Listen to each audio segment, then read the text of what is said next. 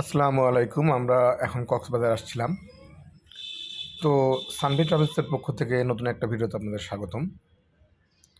তো আপনারা যারা কক্সবাজার আসবেন তারা সন্ধ্যার পর অবশ্যই কক্সবাজারটা ঘুরে দেখবেন। কারণ কক্সবাজারের রাতের সৌন্দর্য একটু আলাদা। তো আমরা আসার পর বৃষ্টি হচ্ছিল, যার কারণে আমরা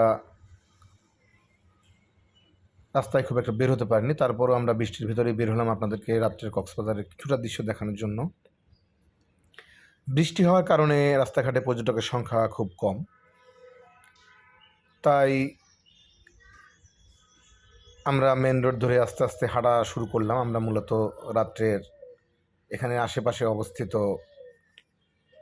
কিছু রেস্টুরেন্ট কিংবা বিচ এলাকাগুলো ঘুরবো।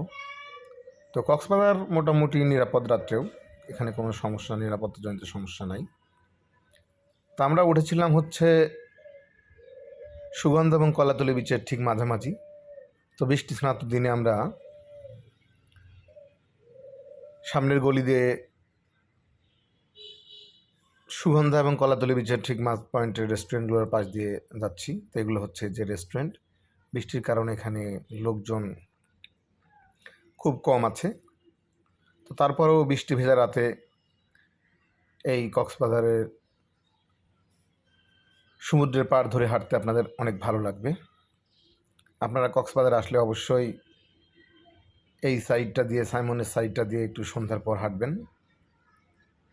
এমনিতে সি বিচে অনেক ভিড় থাকে এবং অনেক লোকজন থাকে।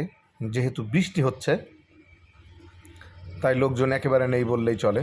তারপরেও নিরাপত্তাজনিত কিংবা কোনো সমস্যা আমার কাছে মনে হচ্ছে না।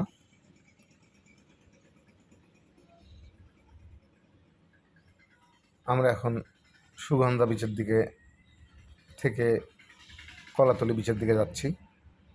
এখানে যে রেস্টুরেন্টগুলো আছে এখানে আপনারা আপনাদের ইচ্ছে মতো বিভিন্ন সি ফুড এবং অন্যান্য খাবার খেতে পারবেন।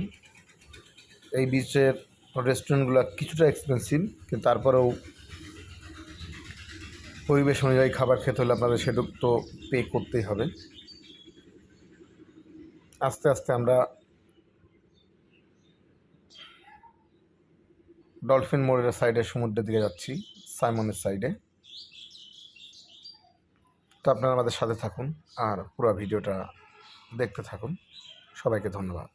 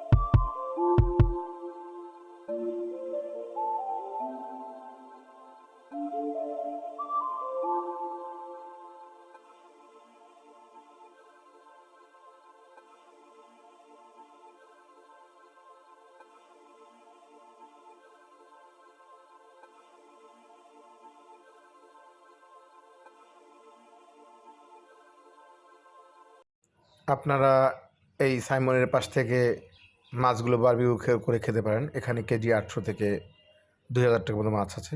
তো আপনারা চাইলে এগুলো অবশ্যই খেতে পারেন।